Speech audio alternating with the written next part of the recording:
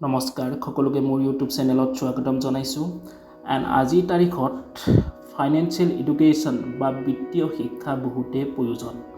সকলো মানুহে সময়ৰ গতিত টকা ইনকাম কৰিবলৈ, কিন্তু সেই টকা মাহৰ শেষত শেষ হৈ যায়।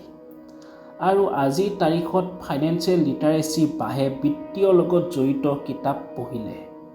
পৃথিৱীত বহুত এনেকুৱা ভাল ভাল ফাইনেন্সৰ কিতাপ আছে, আৰু তাৰ ভিতৰত আজি এখন আমি বিশ্বৰ সকলোতকৈ ফেমাছ কিতাপ বিত্তীয় শিক্ষাৰ লগত জড়িত ৰিচ ডেড এণ্ড পুৰ ডেড, সেই কিতাপখনৰ সাৰাংশ ক'বলৈ গৈ আছোঁ। তো ভিডিঅ'টো স্কিপ নকৰাকৈ শেষলৈকে চাই থাকিব। পোনপ্ৰথমতে ৰিচ ডেড এণ্ড পুৰ ডেড কিতাপখনৰ অথৰ বা লেখক হৈছে ৰবাৰ্ট কিয়চাকি, আৰু এই কিতাপখন পঢ়াটো অতিকৈ প্ৰয়োজনীয়।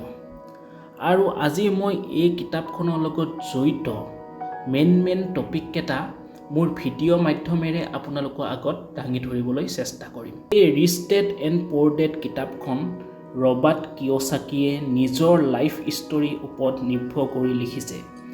এই কিতাপখনত তেওঁ নিজৰ দুজন দেউতাক, অৰ্থাৎ তেওঁ নিজৰ দেউতাক আৰু নিজৰ বেষ্ট ফ্ৰেণ্ডৰ দেউতাকৰ ওপৰত এই কিতাপখন লিখিছে। আৰু তেওঁ নিজৰ দেউতাক এজন টিচাৰ আছিল বা শিক্ষক আছিল, আৰু তেওঁৰ লগৰজনৰ দেউতাক এজন বিজনেছমেন আছিল, মানে এণ্টাৰপ্ৰেনৰ। তো পোনপ্ৰথমতে তেওঁ নিজৰ দেউতাক বহুত লিখা পঢ়া বা উচ্চ শিক্ষিতৰ, কিন্তু তেওঁ ফাইনেন্সিয়েল ক্ষেত্ৰত উইক, আৰু তেওঁ এজন শিক্ষক। কিন্তু তেওঁৰ লগৰজনৰ দেউতাক ইমান লিখা পঢ়া নাই, কিন্তু তেওঁ ফাইনেন্সিয়েল নলেজৰ কাৰণে তেওঁ নিজৰ লাইফত উন্নত, আৰু তেওঁ টকা পইচা একো অভাৱ নাই, নিজৰ জীৱন উন্নত হোৱাৰ লগতে আন দুজনকো সহায় কৰিব পাৰিছে। কিন্তু তেওঁ সেইকাৰণে নিজৰ দেউতাকে যদিও উচ্চ শিক্ষিত, কিন্তু এজন শিক্ষক, তেওঁলোকে ফাইনেন্সৰ লগত ফাইনেন্সিয়েলি ইমান ভাল নহয়, তেওঁলোকৰ ফাইনেন্সিয়েল অৱস্থা ইমান ভাল নহয়, ইমান উচ্চ শিক্ষিত হৈও। কিন্তু লগৰজনৰ দেউতাক ইমান উচ্চ শিক্ষিত নহয়, কিন্তু নিজৰ ফাইনেন্সৰ বলত তেওঁ আজি এটা এনেকুৱা স্থান পাইছে, তেওঁ গোটেই চহৰখনৰ ভিতৰত ধনী ব্যক্তি। আৰু সেইকাৰণে তেওঁ নিজৰ দেউতাকক পুৰ ডেড আখ্যা দিছে, আৰু নিজৰ লগৰজনক বা নিজৰ বেষ্ট ফ্ৰেণ্ডৰ দেউতাকক ৰিচ ডেড আখ্যা দিছে। আৰু এতিয়া আমি কিতাপখনৰ পিছৰ মুহূৰ্তকেইটালৈ যাম। এই কিতাপখনত 6টা লেচন আছে। সেই 6টা লেচন যদি আমাৰ নিচিনা সাধাৰণ মানুহে যদি পঢ়ে, তেনেহ'লে লাইফত বহুত আগুৱাব পাৰিব, আৰু যি কৰি আছে লাইফত সেই কৰাৰ লগতে আন হয়তো নিজৰ মাইণ্ডত ফাইনেন্সৰ বিষয়ে, ফাইনেন্সিয়েল এডুকেশ্যন কি হয়, কেনেকৈ এটা কামৰ লগত আন এটা কাম কৰিব পাৰি, কেনেকৈ নিজৰ ডেভেলপমেণ্ট কৰিব পাৰি জীৱনত, সেই সকলোবোৰ বুজি উঠিব। তো সেইকাৰণে এই কিতাপখনক বিশ্বৰ সকলোতকৈ ফেমাছ ফাইনেন্সৰ কিতাপৰ ভিতৰত এখন বুলি গণ্য কৰা হয়। সেইকাৰণে আমাৰ আজিৰ নৱপ্ৰজন্মই এই কিতাপখন পঢ়া অতিকৈ প্ৰয়োজনীয়। আৰু বহুতে হয়তো এই কিতাপখন পঢ়িছে, আৰু বহুতে হয়তো পঢ়া নাই, আৰু যোনসকলে পঢ়া নাই তেওঁলোকে এই কিতাপখন পঢ়িব। আৰু আজি মোৰ ভিডিঅ' মাধ্যমেৰে সৰুকৈ অকণমান সাৰাংশ ক'বলৈ গৈ আছোঁ। পোনপ্ৰথমতে এই কিতাপখনত 6টা লেচন আছে। 6টা লেচন দিছে ৰিচ ডেডে, আৰু ৰবাৰ্ট কিয়চাকিয়ে এই লেচনকেইটা লিখিছে। অ'কে, পোনপ্ৰথমতে লেচনটো হৈছে rich don't work for money, money work for them. মানে কি? ধনী মানুহে পইচাৰ বাবে কাম নকৰে, তেওঁলোকে নিজৰ পইচাক কামত লগায়, আৰু সেই পইচাই তেওঁলোকৰ হৈ কাম কৰে। ইয়াক যদি অকণমান এনালাইচিছ কৰিবলৈ যাওঁ, তেন্তে হ'ব ধনী মানুহে জানে পইচাক কেনেকৈ কামত লগাব লাগে। আমাৰ নিচিনা মিডল ক্লাছ মানুহে আমি নাজানো যে পইচাক কেনেকৈ কামত লগাব লাগে। এতিয়া বহুতে হয়তো বেংকত এনেই পইচা পেলাই থৈ দিয়ে 1%, 2%, 3% ইণ্টাৰেষ্টত। সেইটো পইচা গ্ৰ' হোৱা নাই, পইচাৰ নিজৰ ভেলু দিনক দিনে কমি আহিছে, মানে ডেপ্ৰিচিয়েশ্যন হৈছে ভেলু, কাৰণ ইনফ্লেশ্যন বাঢ়ি গৈ আছে। তো পইচাক বেংকত নেপেলাই কেনেকৈ পইচাক কামত লগাব পাৰি, সেইটো ধনী মানুহে জানে। তাৰিখত মানুহে চিন্তা কৰে ভালদৰে পঢ়া শুনা কৰিব লাগে, আৰু তাৰপিছত চাকৰি কৰিব লাগে আৰু চাকৰি কৰি তাৰপিছত বিয়া পাতিব লাগে, তো তেনেকেই লাইফ আগুৱাই যাব লাগে। কিন্তু ৰিচ ডেটৰ মতে সেইটো নহয়। প্ৰাৰম্ভিক পৰ্যায়ত চাকৰি ইম্পৰ্টেণ্ট, কিন্তু এটাতে যদি লাগি থকা যায় তেনেহ'লে আমি আমাৰ মূল্যৱান সময় বেলেগৰ কাৰণে দিছোঁ আৰু তাৰ ফলটো আমাতকৈ বেলেগে বেছিকৈ পাইছে। সেইকাৰণে সেই চাকৰি লোৱা প্ৰথাটোক ৰেট ৰেচ বুলি কোৱা হয়। আৰু ৰিচ ডেটৰ মতে মানুহে প্ৰাৰম্ভিক পৰ্যায়ততো চাকৰি বা জব কৰিবই লাগিব আৰু তাৰপিছত লাহে লাহে নিজৰ আন চ'ৰ্চেছ অফ ইনকাম আনি লাইফত গ্ৰ' হ'ব লাগে আৰু পইচাক কেনেকৈ কামত লগোৱাব লাগে সেইটো মানুহে জানিব লাগে। আৰু এতিয়া ৰবাৰ্ট কিয়চাকিৰ ৰিচ ডেটৰ মতে ছেকেণ্ড লেচনটো হ'ল keeping money is more important than making them. তেওঁৰ মতে পইচাটো সকলোৱে ইনকাম কৰে যিকোনো প্ৰকাৰে, কিন্তু সেই টকা মানুহে নিজৰ লগত ৰখাব নোৱাৰে, নিজৰ লগত ৰখাব নাজানে, নিজৰ যোনটো ফাইনেন্সিয়েল মেইনটেইন সেইটো কৰিব নাজানে। মানুহে মান্থলি ইমান টকা ইনকাম কৰে কিন্তু বাজেটিং বা বাজেট মেইনটেইন কৰিব নোৱাৰে, সেইকাৰণে অ'ত টকা গুচি যায় ত'ত টকা গুচি যায়। তো সেইকাৰণে কৈছে যে keeping money is more important than making them. কাৰণ এতিয়া যদি আমি এক্সাম্পল চাওঁ, পৃথিৱীত বহুত এনেকুৱা চেলিব্ৰিটি আছে, বহুত তেনেকুৱা খেলুৱৈ আছে যি নেকি এটা সময়ত বহুত ধনী আছিল কিন্তু বৰ্তমান সময়ত ইমান ধনী নহয় বা সেই পৰ্যায়ত নাই। ইয়াৰ মূল কাৰণ এইটোৱে যে তেওঁলোকে নিজৰ পইচাক মেইনটেইন কৰিব নাজানিলে, তাৰ ফলত সময়ৰ গতিত তেওঁলোকৰ ফাইনেন্সিয়েল এডুকেশ্যন বা তেওঁলোকৰ ফাইনেন্স বেয়া হ'বলৈ ধৰিলে। তো সেইকাৰণে 2 নম্বৰ লেচনটোত কোৱা হয় যে keeping money is more important than making it. তো পিছত 3 নম্বৰ পইণ্টটো বা 3 নম্বৰ লেচনটো হৈছে get in your business along with your job. তেওঁৰ মতে নিজে কিবা যদি জব এটা কৰি আছোঁ, কিবা চাকৰি এটা কৰি আছোঁ, তাৰ লগতে ছাইড হাছল মানে অন্য কিবা কাম কৰি পইচা ইনকাম কৰিব পাৰোঁ নেকি, side income, multiple sources of income আনা কিবা ব্যৱস্থা আছে বা উপায়, সেইবোৰ শিকিব লাগে। আৰু সময়ৰ গতিত যদি সেই পেছিভ ইনকামৰ চ'ৰ্চবোৰ নিজৰ এক্টিভ ইনকামতকৈ বেছি হয়, তেতিয়াহে এজন মানুহ ধনী হ'ব পাৰে। আৰু এক্টিভ ইনকামৰ দ্বাৰা কোনো মানুহ ধনী হ'ব নোৱাৰে। সদায় যেতিয়া এজন মানুহৰ এক্টিভ ইনকামক পেছিভ ইনকামে বিট কৰিব, তেতিয়া মানুহ এজন ধনী হ'ব পাৰিব।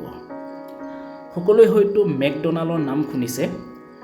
মেকডনাল্ডত কি পায় সকলোৱে জানে। মেকডনাল্ড হৈছে ফাষ্ট ফুড, বাৰ্গাৰ এইবোৰ পোৱা এখন ৰেষ্টুৰেণ্ট সৰু।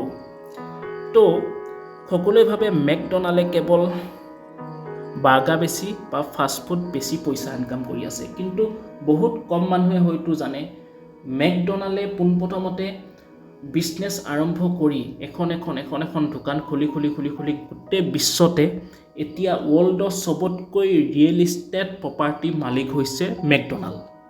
নিজৰ জব বা নিজৰ চাকৰিৰ লগতে অইন কিবা প্ৰকাৰে যদি পইচা ইনকাম কৰিব পাৰি সেই বিষয়ে মাথা মাৰিব লাগে। মানে ষ্টক মাৰ্কেট হ'ব পাৰে, বিজনেছ হ'ব পাৰে বা ৰিয়েল ইষ্টেট হ'ব পাৰে। তো এইটো হৈছে 3 নম্বৰ পইণ্ট। আৰু 4 নম্বৰ পইণ্টটো হৈছে taxes R from middle class. তেওঁৰ মতে টেক্স কেৱল মিডল ক্লাছে দিয়ে, মিডল ক্লাছ বা আপাৰ মিডল ক্লাছে দিয়ে। কাৰণ যোনবোৰ ধনী মানুহ বা যোনবোৰ বিজনেছমেন তেওঁলোকে জানে নিজৰ টেক্স কেনেকৈ কেলকুলেট কৰিব লাগে। যোনবোৰ মানুহে জব কৰে তেওঁলোকে প্ৰথমতে ইনকাম কৰে, তাৰপিছত টেক্স দিয়াৰ পাছত এক্সপেনচেছ কৰে। ঠিক আছে, মানে প্ৰথমতে ইনকাম কৰিলে, তাৰপিছত চৰকাৰক টেক্স দিলে আৰু তাৰপিছত টেক্স দিয়াৰ পিছত যি পইচা বাচিল সেই পইচাই মানুহে নিজৰ এক্সপেনচেছ মানে নিজৰ বেছিক নিডছ, নিজৰ যোনবোৰ লাক্সাৰী সেইবোৰ কিনে। কিন্তু বিজনেছমেনে প্ৰথমতে ইনকাম কৰে, তাৰপিছত এক্সপেন্স আফটাৰ ইনকাম, মানে কি ইনকাম কৰাৰ পিছতে টেক্স নিদিয়ে, ইনকাম কৰাৰ পিছত এক্সপেনচেছ হয়। সেইকাৰণে ইনকাম কৰাৰ পিছত তেওঁলোকে এক্সপেন্স কৰে নিজৰ বেছিক নিডছ, নিজৰ বিজনেছৰ পাৰ্পছত এটচেট্ৰা আৰু তাৰপিছত যি ৰৈ যায় তাৰ পৰা টেক্স দিয়ে।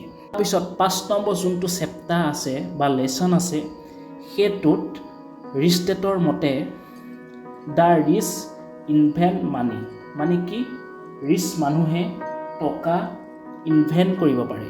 মানে কি, এতিয়া বিশ্বত যিমান ধনী ধনী মানুহ আছে, জেফ বেজছ, মুকেশ আম্বানী, ৰতন টাটা বা এলন মাস্ক এটচেট্ৰা এটচেট্ৰা কিমান আছে। আৰু তাৰ বাহিৰেও যোনবোৰ আজিকালি এতিয়া নতুন নতুন ষ্টাৰ্টআপছ হৈছে, যোনবোৰ নতুন নতুন এণ্টাৰপ্ৰেনৰ, তেওঁলোকে মানি বা পইচা ইনভেণ্ট কৰা বুলি কৈছে। কাৰণ এই কাৰণে কৈছে তেওঁলোকে কিবা এটা বিজনেছৰ আইডিয়া পাইছে আৰু সেই আইডিয়াটো তেওঁলোকে এক্সিকিউট কৰিব পাৰিছে, আৰু সেই এক্সিকিউট কৰা কেপাচিটি চব মানুহে নাথাকে, ঠিক আছে। আৰু সেইকাৰণে কোৱা হৈছে যে ৰিচ মানুহে বিজনেছ এটা মাইণ্ডত অহাৰ পিছত সেইটো এক্সিকিউট কৰাৰ ফলত আজি এইটো অৱস্থা পাইছে। আৰু লাষ্ট লেচনটো হৈছে rich learn all the times and know' how to sell item. মানে ৰিচ মানুহে বহুত শিকে, কথাবোৰ শিকে, কিবা এটা নাজানা কথা পাইছে শিকে। কিন্তু আমাৰ মানুহে আজিৰ তাৰিখত যদি মই বৰ্তমান জেনেৰেশ্যনৰ লগত কম্পেয়াৰ কৰোঁ, আমাৰ আজিৰ তাৰিখত কিবা এটা নলেজেবল ভিডিঅ' মানুহে নাচায়। মানুহে কি চাব, য'ত নেকি ধেমালি থাকে, য'ত নেকি টাইম পাছ কৰিব পাৰি সেয়া চায়। ন' ডাউট সেইবিলাকো চাব লাগিব, অকল নলেজ গেইন কৰি থাকিলে নহ'ব। কিছুমান মুহূৰ্ত এনেকুৱা আছে সেইবোৰ সময়ত অকণমান এনজয়ো কৰিব লাগিব, কিন্তু মানুহে সেইটো লিমিট ছেট কৰিব বা মেইনটেইন কৰিব জানিব লাগে। মানুহে লাৰ্ণ বা শিকে, নতুন নতুন কথা শিকে, কিবা যদি নাজানে সেইটো কিবা প্ৰকাৰে শিকিব পাৰোঁ নেকি সেইবোৰ চায়। আৰু তেওঁলোকে বেচিব জানে, বস্তু কেনেকৈ চেল কৰিব লাগে সেই টেকনিকটো আছে।